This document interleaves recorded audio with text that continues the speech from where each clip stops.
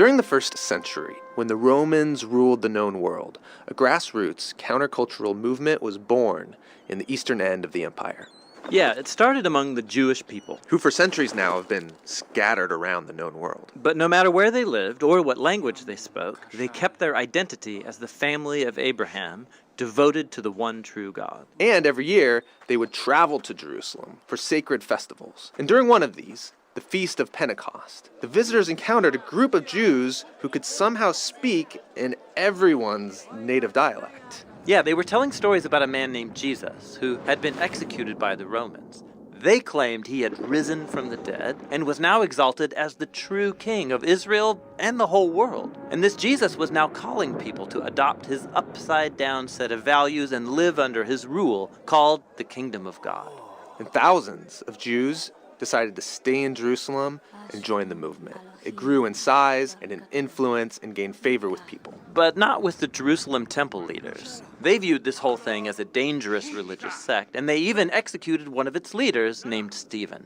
It's no longer safe in Jerusalem, and so most of the followers flee for the outlying land called Judea. And you might think that's the end of the story, but actually, this tragedy became the way the movement spread outside Jerusalem. The scattered followers end up in surprising places, like Samaria, where their ancient enemies live. Yeah, and Luke shows us how all of these unexpected people start following Jesus, like a sorcerer from Samaria who has to learn that the way of Jesus isn't about gaining power, but giving it up to serve others. There's also a story about an Ethiopian delegate who, after discussing the scroll of the prophet Isaiah with Philip, decides to join the movement.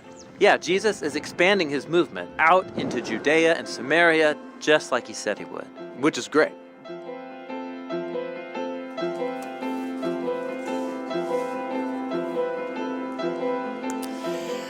Well, hey, how you guys doing? Welcome to Terra Nova as we are in part 3 of our series, Good News is for Sharing. And the whole idea of the series is based on the idea that it's human nature, let there be light.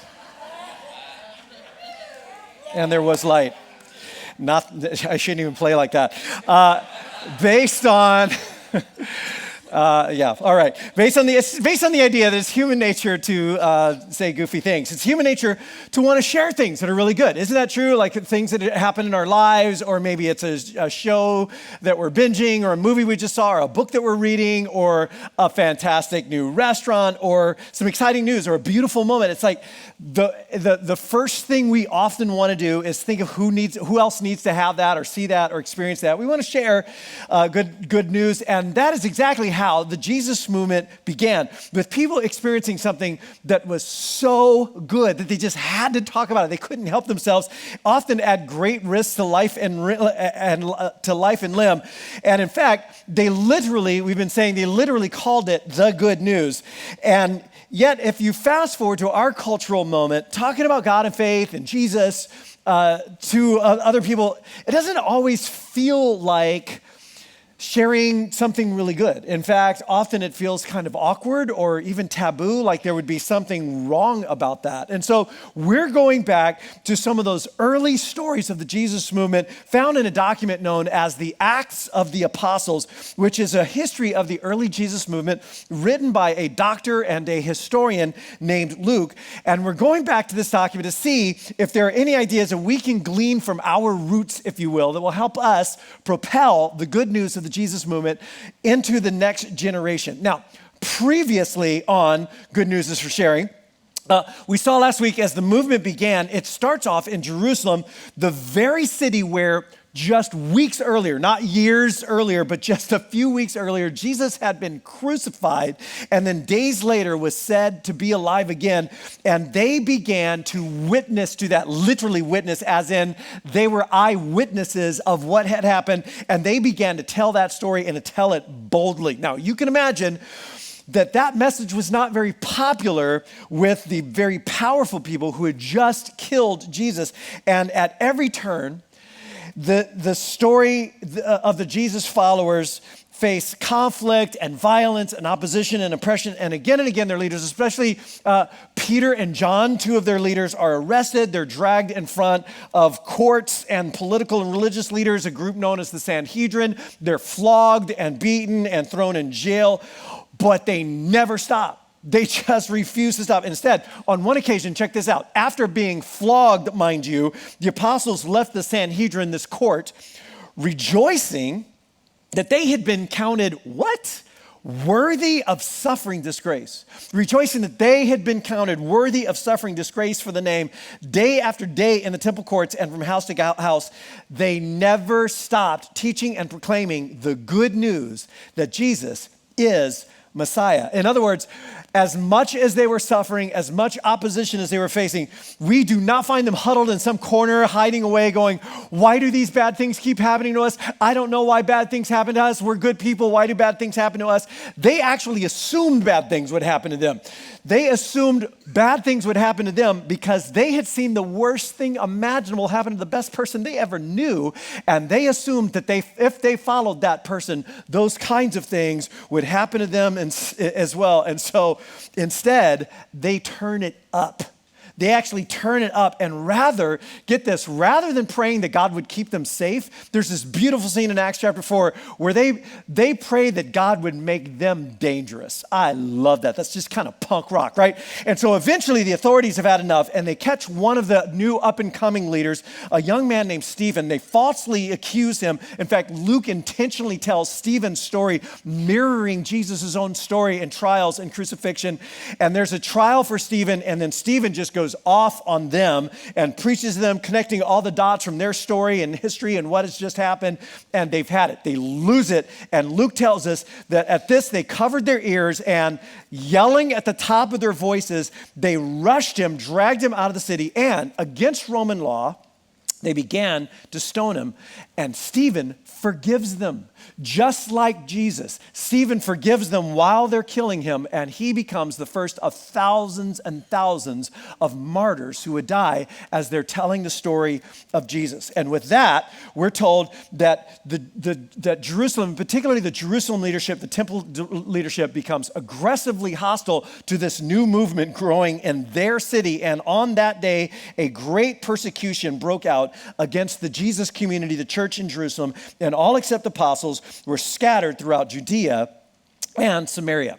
Now that's when the story focuses in on one young Greek-speaking Jewish follower of Jesus, a young man named Philip. And Philip goes to Samaria. Now, we saw last week that Jesus actually told them to go to Samaria, which they probably were not too excited about.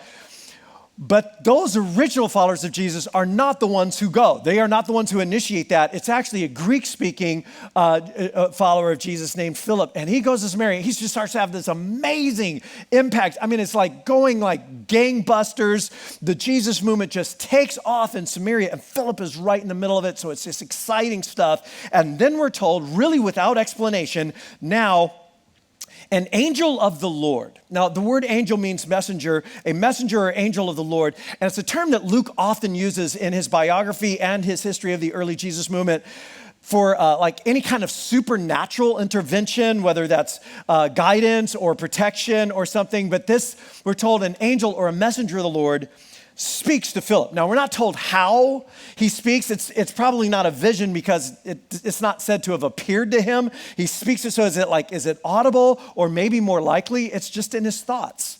It's in his thoughts, it's in his mind. Maybe it's this gut sense that he has that he feels is very clear. But Philip receives some very unusual guidance. And the angel, or this message, tells him to leave Samaria, where things are just going great, to travel all the way down to Jerusalem, and then to go through Jerusalem to take this one specific southern desert road to Gaza. Now, Gaza has been, of course, all in the news the last week or so. It is one of currently two major areas of Palestinian and Arab populations in Israel.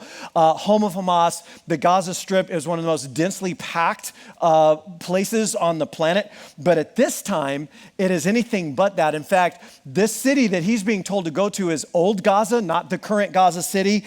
And at this time, it's actually mostly in ruins. It's been destroyed decades earlier. It's not very populated at all. So this whole thing just makes no sense. And it's no small journey. It's going to take him a couple of days. It's a day easily just out of Samaria to Jerusalem. And it is not an easy journey because he's on foot the whole time, right? And he gets to Jerusalem, and then he takes this southwest road. It's a desert. It looks like that. It's hot, it's dry, there's nobody there. Yet Philip believes that God wants him to. He doesn't know why. He's not told what's going to happen when he does this, but he just goes because he's like, I think that's what God wants me to do. And so he started out. And you just got to imagine the scene. Just kind of got to imagine it. Philip's out in the desert and he's walking down this road. He's all by himself. It's been a couple of days probably since Samaria, when things were going great. And he got this sense that God wanted him to leave. And now he's just walking. He's just walking down this road alone. Like, did I get this right? Was that really God? I mean, I don't understand. Like, where's that angel now? Like, when you need him, right? Finally, he hears some commotion in the distance behind him. It's a chariot, now that's different. That's a little rare. Someone very wealthy and powerful riding in a chariot. And so, as eventually the chariot passes by, he's traveling at a slightly faster pace than he is, and he sees that inside, the man riding in the chariot is African. And he's well-dressed. He's obviously an important government official. And he'll later discover that this man is the minister of finance for the Nubian kingdom. Now, the Greeks and Romans used the word Ethiopia to refer to everything south of Egypt in Africa. It was basically their word for Africa, south of just the northern part that bumps up against the Mediterranean. And it was quite literally to them the ends of the earth. Ethiopia was about as far as you go. The Nubian kingdom is not modern day Ethiopia. It's more akin to modern day Sudan. And it was powerful and wealthy at the time. It was not a part of the Roman Empire. In fact, they had defeated the Romans when Augustus attacked them. And it is ruled by a woman, the queen mother, whose son would be the king, but was considered too holy to involve himself in political affairs. And so the queen mother runs the country, and her title is Candace, which is not a name, or Kandake, which is the name of the ruling queen mother. And this guy is her minister of finance. This is no small thing. And so this man, powerful and wealthy, over the years, he's become drawn to the Jewish faith. He was born in this polytheistic, animistic, very spiritualistic, religious environment, but somewhere someone has told him about Yahweh, the one true God, the one creator God. And so he's been coming up to Jerusalem to worship for some of the major festivals ever since. His wealth and his power gives him a lot of freedom to do something like that. Somewhere along the way, he's picked up a scroll, which would not have been easy for him to do, and it certainly wouldn't have been cheap. He has to commission it to be copied. It's a Greek version of the scroll of Isaiah. And now, after being in Jerusalem to worship, he's on his way back. And he's sitting in his chariot reading. Now, all reading in the ancient world was done out loud. No one read quietly to themselves. In fact, he might even have an attendant reading to him at this time as they're leaving Jerusalem, going down this desert road on a very long journey back to Egypt, and then a boat down the Nile to Nubia. When they come on this strange sight, there's a guy out in the middle of the desert walking alone, which is a little crazy and maybe kind of dangerous. Well, Philip steps aside to let them pass. And again, he has this sense that he should do something. The Spirit is talking to him, guiding him. Go to that chariot, Philip, and stay near it. Now, you got to understand, that's a little crazy. That's not just awkward. That is not normally done. Imagine yourself walking on a desert road like Santiago Canyon or something out there, and this small diplomatic motorcade drives by slowly, maybe a limo and a little motorcycle escort, and you get this sense, like this voice saying to you, hey, go up to that limo and run beside it. Would you do it? No, that's not God. That's stupid. That's a good way to get yourself arrested. That is not what God is telling me to do today. Go up to that chariot and run alongside of it. Stay near it. And he gets this sense. It's like, I call it a nudge, this little spiritual nudge, this spiritual prompting that he believes is God's own Spirit leading him. And so he does it. He goes up next to the chariot. He's kind of shuffling along, and he hears the man reading the prophet Isaiah. And that's when he knows. Like, this guy's reading the Bible. Coincidence? I don't think so. And not just any part of the Bible. He's reading a portion of a prophet who had told the story hundreds of years before Jesus of how God's anointed deliverer was going to come and rescue the human race. He was referred to as God's own servant. The servant would come and he would suffer and actually be slaughtered, but for us. In fact, Luke goes, here is the exact passage Philip heard him reading. He was led like a sheep to the slaughter. As a lamb before the shearers is silent, he did not open his mouth. In his humiliation, he was deprived of justice. Who can speak of his descendants? For his life was taken from the earth. And now, Philip hears it, and now he knows, like, oh, this is a setup. This is a setup. And he looks up in the chariot, I think with a big smile on his face, and he asks, hey, do you understand what you're reading? And the official's like, I'm completely lost.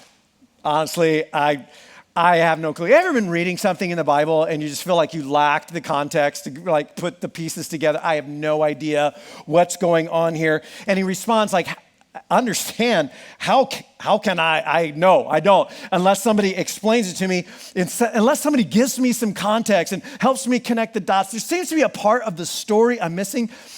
Can you do that? Can you come in, please? And so this chariot stops and Philip steps into it. And the man looks at him, he says, tell me, who is the prophet talking about? Himself or someone else? Who's being killed like this? Who's being slaughtered like a sheep, and why? And oh man, does Philip have context to make sense of that. And so Philip, we're told, began with that very passage. Just begins right where the man is at, right what he's reading, and he begins to tell him the good news about Jesus. I wonder, honestly, if he took him back a few lines earlier, because Philip would have had this entire text memorized since childhood. The words that he had been reading apparently just moments before he pulled up close enough for Philip to hear, which would have gone like this. Surely he took up our pain. He bore our suffering. Yet we considered him punished by God, stricken by him and afflicted, but he was pierced for our transgressions. He was crushed for our iniquities, and the punishment that brought us peace was put on him. By his wounds we are healed. We all, like sheep, gone astray. Each of us has turned our own way, and the Lord has laid on him the iniquity of us all. Who is the prophet talking about?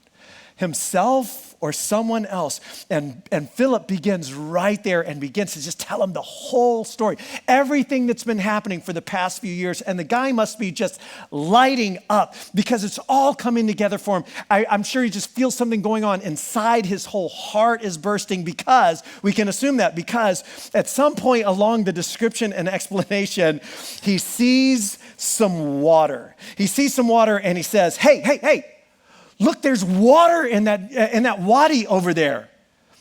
What can stand in the way of me being baptized? Now, baptism, he would have known of from his experience in the Jewish faith, was a washing ceremony. It was a washing ceremony that Jewish people did and worshipers did going into the temple. Every single time they entered it, they would be familiar with like this symbolic sense of purification, but it was also frequently done to use as a marker when someone changed their heart or changed their life, or actually when somebody became a convert or began following Judaism. Baptism was one of the things that people would do. But for the very first Christians following Jesus' own lead, this was always the first step. When they decided to follow Jesus, look, there's water. And by the way, I've been saying this over the last few weeks. This Sunday, Tomorrow, there's actually baptisms at my house. And if you're a follower of Jesus and you haven't been baptized, we would love to be a part of this next step in your own life. Like, this is your next step, and we would love to be a part of it. Catch me after the service, or just grab your flyer and show up at my house. But we would love to be a part of this. So this guy, back to Acts, he's so eager to take this next step. He's looking around while Philip's talking to him. He's like, hey, water's over there. What can stop? I want to mark my life as a follower of Jesus right now. Is there anything that stands in my way? And the answer is no. Nothing. Nothing can stand in your way. So right then, like right there in the middle of the desert, not I'm going to wait a few months, I need to call my family together. Like, I am taking this step now. He orders the chariot to stop, and both Philip and the eunuch went down into the water, and Philip baptized him. It's an amazing story. It ends kind of mysteriously. When they came out of the water, we're told the Spirit of the Lord took Philip away, but the eunuch did not see him again, but went on his way rejoicing. Now, that phrase, took him away, literally means like seized him. It's the same phrase that's used when somebody is arrested, they're seized, or they're taken away. We don't exactly know what this means. Is it like some kind of actual spiritual experience where Philip is taken away spiritually? Or is it this, God's continued guidance of saying, now on to the next thing? However it goes, the eunuch goes away. He's just stoked. He's just rejoicing. And Philip shows up in the next town, Azotus, which is the next coastal town just to the north, now heading back north instead of south, as the eunuch heads off south, and Philip heads off north to just tell more people, because he's this man who is consumed with what God has done, just consumed with this good news and a desire to share it with as many people as is humanly possible. And it's just such a great story. I just love this story, but it is not actually a unique story. In fact, if anything, in Luke's story of the early Jesus movement, the Acts of the Apostles, it's kind of commonplace. It's almost formulaic that when you and I learn to live our lives in the flow of God's Spirit, allowing Him to guide us, to take us where we want, not just on the macro level of our lives, but day to day and moment by moment, one of the things that we can count on is that God's Spirit will guide us, will guide our minds, our thoughts, our intuitions, our instincts, our lives. And there will be times, maybe more than we've ever realized or even allowed for, when God will guide us to people. When His Spirit will guide us to people who need Him, to people who need a little hope, a little healing, a little comfort, who need a relationship with Him, that God's Spirit will guide us just as He did not only Philip, but so many of the stories in the book of Acts, guide us in these divine moments, these divine appointments. So what would it look like? What would it look like for you? Think about this for a second. For us to become people who, like Philip, who are attuned to the possibility of that happening anytime at all, and who say yes to it when it comes.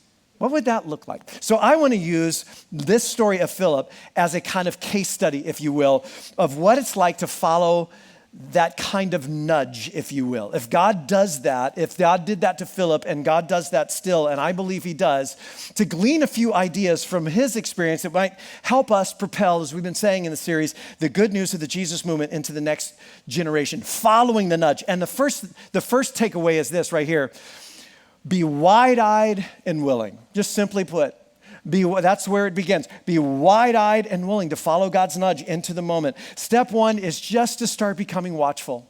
Just become watchful, wide-eyed, available. Hey, maybe this person standing next to you talking about all they're going through, maybe that's a setup. Maybe you're there for a reason. Listen for those nudges, if you will, or those promptings, those thoughts, maybe those feelings in your gut. Often, maybe it's just a name that comes to mind. I lean into these all the time. Like, there's somebody who just keeps coming to my mind, and maybe it's somebody you haven't even thought of in a while, and all of a sudden you're thinking of them, and you just kind of lean into that. I'm going to start praying for this person, but I'm going to start reaching out to them as well, or a feeling in your gut that someone here could just use a friend. And maybe you don't even know that person, but you're like, I just feel drawn, like there's something that's drawing me to that, or a thought you have to say something to a friend, or to bring your neighbor a meal, or take your coworker their favorite cup of Starbucks, like whatever it is. And it might be something that actually takes you really far out of the way, like a couple of days journey into a desert road, or it might be just a turn off of the freeway, and maybe it costs you something, or maybe it costs you next to nothing. But here's the thing, you probably have those moments from time to time. And sometimes they might even be strong senses, but we all have a long-standing habit of mostly ignoring those thoughts because it could be crazy, and I might be wrong. In fact, there's a sociological phenomenon, I was studying this week, called adopter categories. Adopter categories describes how quickly we all respond to new ideas, like technology or changes, new ways, and it's this bell-shaped graph that essentially says 50% of the population, 50% of us tend to lean forward into things, and 50% of us tend to lean backward and away from things. But more specifically, the breakdown goes like this. 2.5% of the population are considered what are known as innovators. So they're like on the leading edge of the bell curve. They're trying every new piece of tech that comes out, and they're trying it before everybody else even knows that it's a thing yet. They're just on it.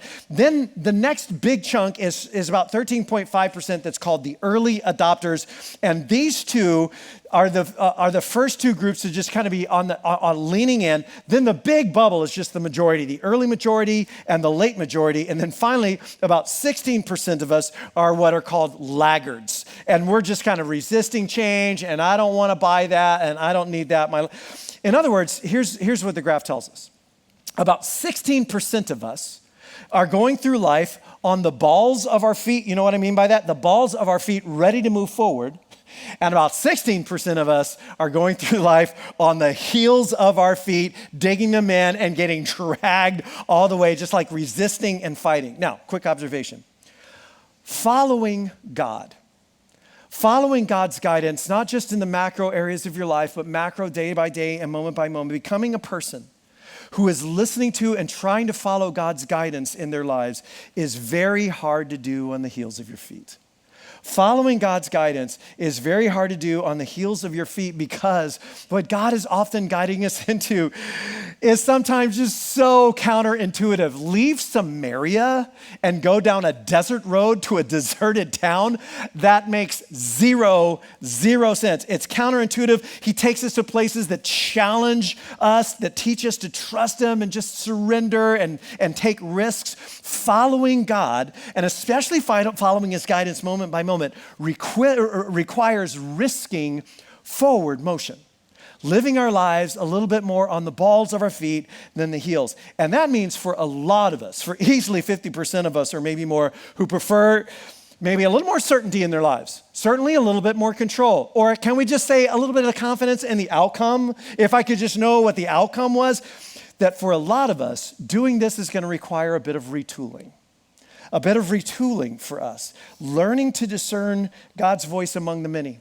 Among those many thoughts, among those many inclinations will involve leaning into some really uncertain moments, having no idea how they will turn out, willing to learn by trial and error. Hello, that doesn't sound fun. So you're in this work situation, and someone begins to talk about this deep, dark personal trial they're in. Or maybe it's a neighbor or someone in your neighborhood or apartment complex.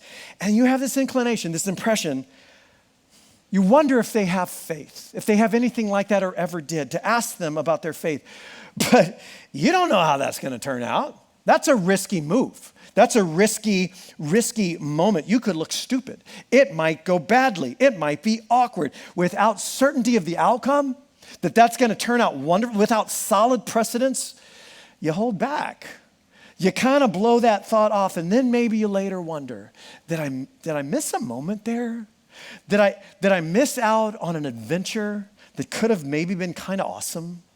See, the reality of that kind of a journey is that it's going to be messy.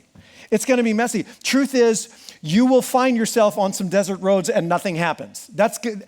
If you continually try to just say yes and glean this, following God's guidance, following these nudges, it's going to require careful listening willingness to learn by trial and error, a growing awareness of and attentive to those impressions and those thoughts, and a willingness to maybe say yes, even if they turn out badly, and forward leaning, willing to risk a bit of forward motion. You have no idea how any moment will ever turn out until you step into it.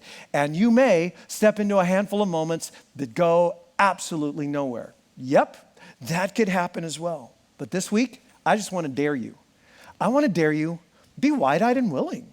Have conversations with God that kind of go like, God, if there's anybody you want me to talk to, if there's anything you want me to be paying attention to, if there's anyone you want me to notice, I'm walking with you. I want to see that. I'll say yes to you. This week, be wide-eyed and willing and begin your days and maybe throughout your days saying, I'm listening today.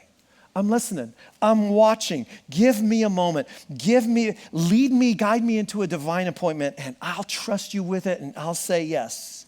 It begins with just being wide-eyed and willing. Then the second big learning from Philip's story is, like simply put, to begin where the person's at.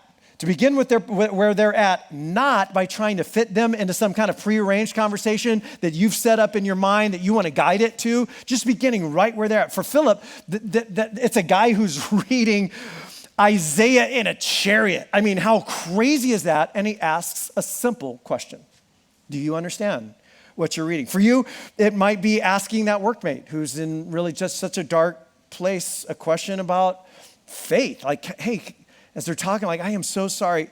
As you're going through this, can I just ask, I hope it's not impertinent of me, are you a person who has or maybe has ever had faith? Does that mean, do you pray at all? Or I don't know. Would it be okay for me to pray for you this week? To ask a couple of questions, which might lead to another question, which might lead to a better conversation. And one of the things we often worry about is whether or not we'll have the answers, right? So the conversation might go somewhere and then I don't have the answer. So I would rather not take the conversation anywhere. Am I right? But sometimes, you know what? Sometimes it's actually better to have good questions than to have all the answers. Did you know that? Sometimes it's better to actually have good questions than to have all the answers. We began this series with a list of questions that we called, maybe appropriately, nudge questions. We're talking about the story that Jesus told about a farmer who's sowing these seeds, and it's all different kinds of soil. And then we said, that's kind of us, and we put stuff out there and we don't know how it'll come back. And sometimes really the best seeds, we said, are just questions. Good questions that are honestly asked. And I gave you a bunch of examples. If you remember in week 1, we were talking about this, like, hey, what are you looking for in life? Or where do you see yourself in 5 years? What's really important to you right now? Hey, why would you say that's really important to you? What's something in life you feel like you absolutely must have? What would you do if you don't get it? That's a great question. What do you think life is all about? Like, how do you make sense of life? What does it all mean? What do you believe about God? Are you a person of faith? Do you ever pray? Studies say most people do. That's a good question. Do you have any spiritual background? Like, what's your spiritual background? Where would you say you're at spiritually? And some of these start to get further and further into the conversation, right? But beginning with people right where they're at often just means asking good questions related to the things that are happening right now in the conversation, and then really listening. Asking good questions and really listening with one ear to them and maybe with the other ear to God, and how he might guide this conversation. In fact, so often when I'm in conversations, including conversations I've had with many of you in this room, I'm praying during the conversation. In the back of my mind, I'm praying, God, is there any direction you want to take this conversation? Is there anything your Spirit's doing in this person's life that could be drawn out or that I could be a part of? Or is there any way I might help bring any of that to the surface? Is there anything you're doing here in this conversation? I want to be tracking with that as we talk. So I'm wide-eyed, I'm willing, I'm paying attention, I'm willing to step into the uncertainty of a moment, having no idea which way it'll go. I'm beginning just where they're at, maybe with a good question, or maybe just paying attention and leaning into where the conversation is going rather than trying to force the conversation in a particular direction, which leads us to one more really important observation. The third thing we learn is to trust in the power of the good news. to trust it.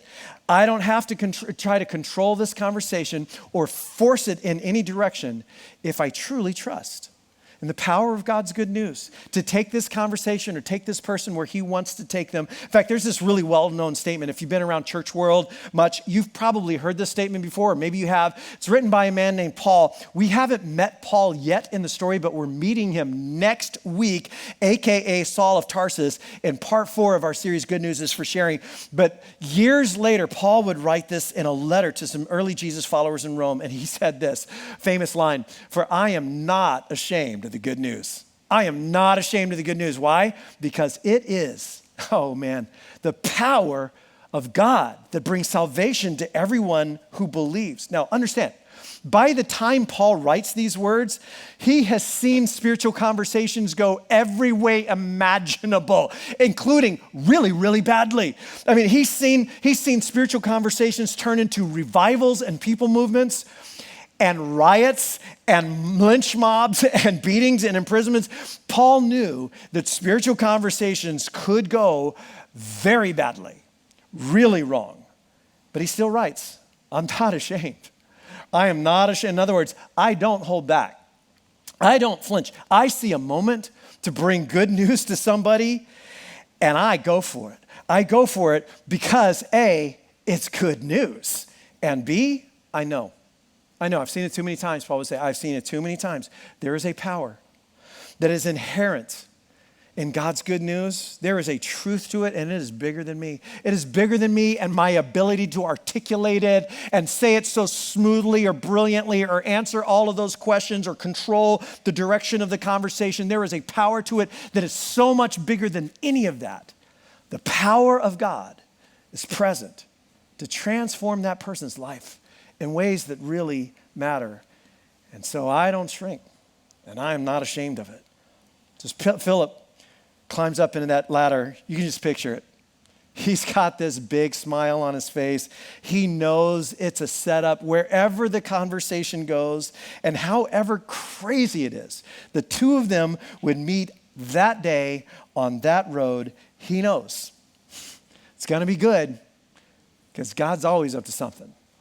And he's always up to something good. So I'm in. Count me in, God. And he just knew his job, and really our job this week, was simply be wide-eyed and willing. Follow wherever that nudge leads. Just say yes to it. See where it goes. Maybe it goes somewhere, maybe it doesn't. And then to begin right where that highly educated, very, very powerful person was at. Just right where they were at. And trust in the power of God and the power of the good news to get a hold of that person's life. That was his job, and that's our job. So in a moment, I want to lead us into prayer. Before I do, I just want to remind you real quick, I don't know if you've had a chance to fill out this Connect card or not. Lyle was telling you about it earlier. We would love to get to know. By the way, if you're our guest here today, thank you for spending part of your weekend with us. We'd love to get to know you. You can let us know how we can be praying for you and so forth. You got a minute or two to work on that. Drop that in the offering basket on the way out. And I just want to say this: if you haven't been baptized, you don't actually want to write that on this card because I won't see it before tomorrow. And so just catch me outside or show up. There's a flyer in your program to my house tomorrow at 1:45. There's a little meeting before the baptisms, and we would just love to be a part of that next step. What can get in the way, stand in the way of you getting baptized? And the answer is nothing. So take that next step. Now, as you look at this one more time, I want to lead us in a prayer about this. And I just want to invite you to close your eyes, and maybe I do this often, if you wouldn't mind taking things that are in your hand and setting them aside and just opening your palms. And I want to ask you a question that you just think about maybe conversationally with God. And the question is this: what do you think God wants to teach you today? Looking at this story, how his Spirit might lead people, what's an area you think God might want you to grow in? And with your palms open, I want to ask you to invite God to lead you this week. Just do it. I mean, all right, God, if you can do that, if you do that, sure. Guide me into a moment. I believe you can. God's probably already been trying to, maybe more than I think of or am aware of or allow for. Would you lead me this week? Just tell him that. I want to be wide-eyed. I want to be watchful and available and willing. And if you put people on my mind or in my path, if you nudge me in a certain direction this week, I'm going to say yes to you. I'm going to follow you into those moments, and I am going to trust you and just what you might do in those moments, just because I say yes to you. In Jesus' name, amen. Well, hey, thanks again so much for joining us. On your way out, don't forget to drop by that Operation Christmas Child table. Grab a few of those boxes, the shoe boxes, and take them home with you. Fill them up with really good stuff. Bring them back over the course of the next few weeks. While you're out there, you'll also see there's a trunk or treat table sitting out there. You can sign up to bring your car to that, and you can go out and check out the gala table as well. And then, of course, enjoy the barbecue. We'll see you out there, meet some people, and have a great meal. Thanks again for being here. We'll see you back next week.